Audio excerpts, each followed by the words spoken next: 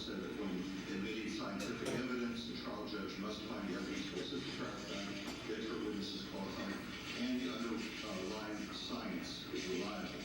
The trial judge should apply the Jones factors to determine reliability.